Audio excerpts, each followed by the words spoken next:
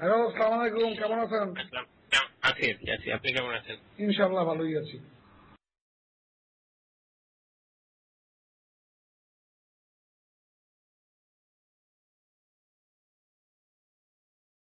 এখন খবর আছে নাকি কিছু? আর না, এখন তো দুই ট্রাইব্যুনাল ধুমাই লাগাইতেছে কেসে আর কি। হ্যাঁ, দেখা যায় কম্পিটিশন হইতেছে মনে হইতেছে। আমার কাছে কোনো কম্পিটিশন না, কিন্তু আগাচ্ছে, এটা গুড সাইন। দুই ট্রাইব্যুনালে আগাচ্ছে। আমার ওই সাইনুরিটি নিয়ে একটু ভয় যে সেখান না খুব বেশি রকম ইন্টারন্যাশনাল দিকে তার ঝোঁক। ওইটা হবে আপনার প্রবলেমে গিয়ে, ওইটা হলো শেষে গিয়ে প্রবলেমটা হয়ে যাবে আর কি তখন।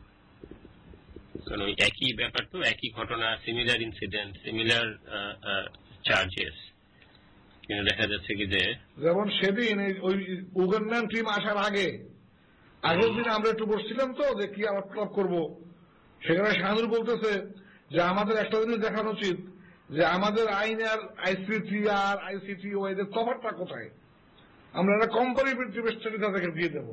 আমি বললাম ভয় শুধু কেন, আমরা আমাদের আইন নিয়েই কাজ করবো। আমরা বলবো যে আমাদের আইনে আমরা চলতেছি, আমাদের ডোমেস্টিক ল, আমাদের tribunal domestic, however the foreign tribunal judgement we can consider has persuasive value, not more than that. এইটা হ্যাঁ, এটা আমাকে রেজিস্ট্রার, ডেপুটি রেজিস্ট্রার থেকে শুরু করে আপনাদের ওই শপথ সবাই সাপোর্ট করলো আমাকে। আমার যাত্রা করলো ওই দুজন সুপ শাহানুর পরে যাবে, ঠিক আছে তাই যদি হয় ইবু থিংস। আপনি কি মনে করেন না it is a domestic tribunal? মানে আমি মনে করি। এবং তাইলে আমাদের ডোমেস্টিক ট্রাইব্যুনাল লগে আমেরিকান ল কি তফাৎ, ব্রিটিশ ল কি তফাৎ, আইসিটি কি তফাৎ, আমাকে দেখাবার দরকারটা কি? আমরা বলবো যে আমাদের আইন চলবে, ফরেন জাজমেন্ট গুলো আমরা কনসিডার করতে পারি যদি আমরা মনে করি যে এটা পার্সুয়েশন কিছু ভ্যালু এখানে আছে এবং এইটা আমাদের ফ্যাক্টস মিলতেছে, we can use those things, that's all. বলার কোনো কথা হয়নি। মানে আমার মাথায় ওই প্রসিকিউশন আমাকে বলছিল যে প্রত্যেকটা অর্ডার এসে ফরেন ট্রাইব্যুনাল নিয়ে আসে, ম্যাটেরিয়াল নিয়ে আসে। হ্যাঁ, না, যেখানে ইভেন দরকার নাই আর কি, হ্যাঁ, যেখানে আপনার এটার কোনো মানে রেলিভেন্ট নাই আর কি, উনি ওই জিনিসটা, এই জিনিসটা ওনাকে স্টপ করাতে হবে, অথবা এক পর্যায়ে ওনারও ওখান থেকে বিদায় করে দিতে হবে। Because this is so important a matter যে এইটা যদি দেখা যায় কি যে উনি বন্ধ না করে আর কি, তাহলে মানে মানে he has to go as well. Because এইটা খুবই ক্ষতি করবে, ইভেনচুয়ালি আমাদেরকে মারাত্মক রকম ক্ষতি করবে। কারণ অ্যাপিলেট ডিভিশনে গিয়ে যখন যে স্ট্রং আর্গুমেন্ট যেটা হবে আর কি, যে তারা জিনিসটাকে সেট করতেছে, এমনি উনি চার্জ করতেছে কিন্তু জেনোসাইডের কাজ দিয়েও যাইতেছে না, ঠিক আছে, উনি কিন্তু সব চার্জ করতেছে হচ্ছে ক্রাইমস এগেইনস্ট হিউম্যানিটির ভিতর দিয়ে ঢুকাই দিতেছে আর কি। This is also matter of serious concern. এখানে উনি ইতিহাসটাকে অলমোস্ট চেঞ্জ করে ফেলতেছে আর কি। আপনি চার্জটা করেন, তারপরে যদি আপনি মেটেরিয়াল এলিমেন্ট না পান আপনি তখন বাদ দেন, কিন্তু আপনি এটাও চার্জ করবেন না। এই অ্যাটিটিউডটা যেখানে পিটিশনে আছে সেখানে আপনি এটা কিন্তু মানে এটা হলো মারাত্মক রকম রিস্কি ব্যাপার হয়ে যাচ্ছে আর কি। তারপরে হচ্ছে যে এই প্রতিটা ক্ষেত্রে ইন্টারন্যাশনাল লয়ের যে রেফারেন্সটা দিতেছে যেখানে কোনোই প্রয়োজন নেই। বলেন। আইসিসি বলতেছে আগে ডোমেস্টিক ট্রায়াল করো, ফেল করলে আইসিসিতে আসবা, তা আমরা কেন আইসিসি পিছনে দৌড়াবো? এটা তাদের ল্যাঙ্গুয়েজ। এক্স্যাক্টলি, মানে এটা কিন্তু ভেরি রাইট।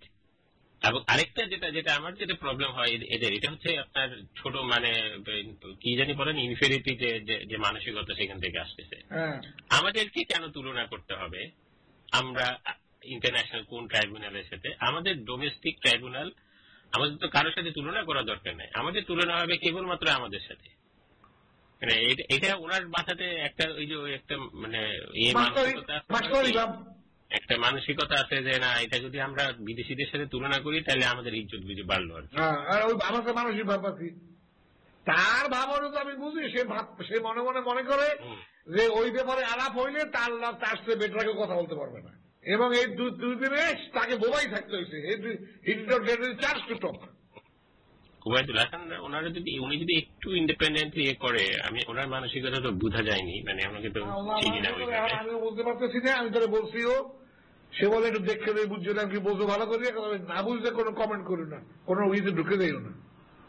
কবি সাহেব না হয় বুঝলাম যে উনি মানে পলিটিক্যালি চিন্তা ভাবনা করে সব কথা বলবে, কিন্তু ওয়াদুল হাসান সাহেবের তো উচিত মোটামুটি উনি হাইকোর্টের জাজ হিসেবে ঠিকঠাক বলে ফেলা আর কি। আশিক কবির সাহেবের অনেক সম্মান টম্মান করে দেখে। ফজল হাসান কি উনি কি পার্মানেন্ট জাজ? তো আসলে এখানে কথা বলা যাবে, এটাই হলো হোপ আমাদের। আমার এমনি ভালো লাগছে ওনাকে ওইখানে অল্প ভেরি শর্ট এক্সচেঞ্জে, কিন্তু এটা বেটার হইতো যে যদি আমাদেরকে একটু বলতো আর কি, শাহিনী সাহেব যদি ইন্ট্রোডিউসটা ঠিক মতো করতো আর কি। আর এইবার আসলে আমি ইন্ট্রোডিউস করে দেবো, মানে আমাকে নিজেকে ইন্ট্রোডিউস করে তো আসলে বলা যায় না। না, এবার আসলে আমি দেবো ইন্ট্রোডিউস করে, আমি স্বাধীনতা করবো ভোট করবো নাকি।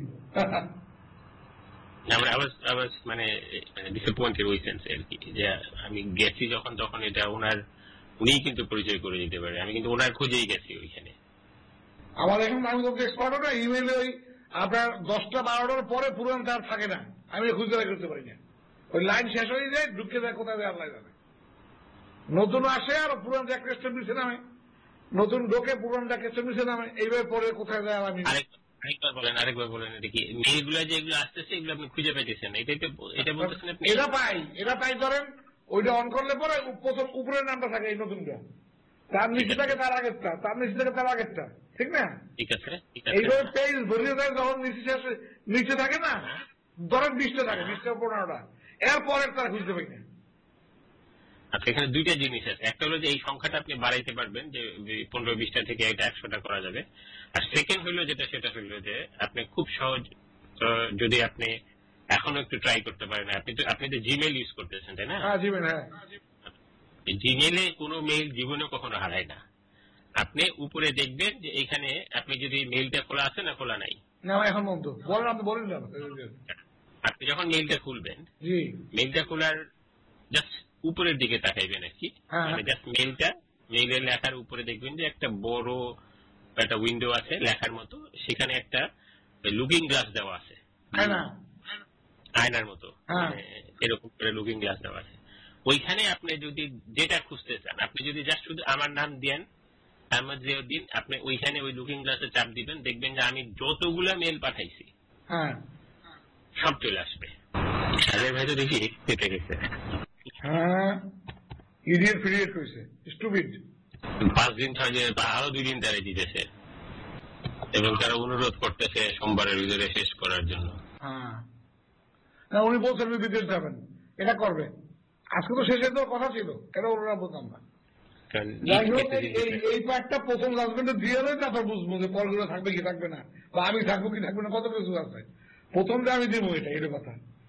আপনি আবার কই যাবেন? আপনাকে বলে একটা জাজমেন্ট দাও, তোমার নিয়ে আসি, একটা না আগে বড় সাহেবের জাজমেন্টটা দিয়ে দিই।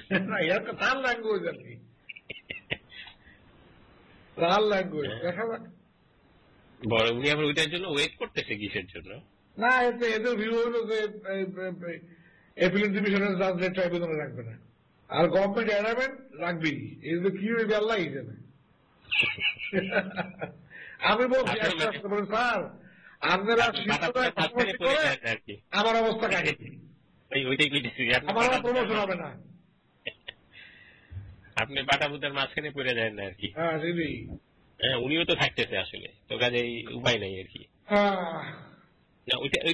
ওইটা ঠিক আমি জানি না ওনাদের ভিউটা কি আর কি, যে আপনি যে কেস, তো অনেক মানুষই তো এরকম হয়েছে না, সবসময় তো হচ্ছে আর কি, যে আপনি হাইকোর্ট ডিভিশনে একটা জিনিস ডিল করলেন, আপনি এখন অ্যাপিলেট ডিভিশনে আছেন, আপনি এটা কাজ করবেন, তাই না? এটা তো হরহামেশা হয়েছে, এবং এটা তো স্ট্যান্ডার্ড প্র্যাকটিস একেবারে। যদি আগে কেউ করে থাকে, সে পরে অ্যাপিলেট স্টেজে এটা করবে না। এটা ওনার এই যুক্তিটা খুব শক্ত। উনি তো একটা দেন, সিনেবাবু কইছে ডিসেম্বরের মধ্যে 3টে দেন, এইটা গোলাম আজম সাহেব আর এটা থাকা, এই 3টে দিয়ে ফেলা দিয়েছিল আমাকে, তারপর আমরা নিয়ে এসি আপনারা, এবার ওখানে আপনারা লাগবে না, এইসব কথা আর কি। আমাকে যা করেন করো, প্রমোশন দিয়ে দেওয়ার আগে আমার কথা প্রমোশন। ঠিক আছে ভাই, আজকের মতো রাখি। হ্যাঁ, আচ্ছা, থ্যাংক ইউ।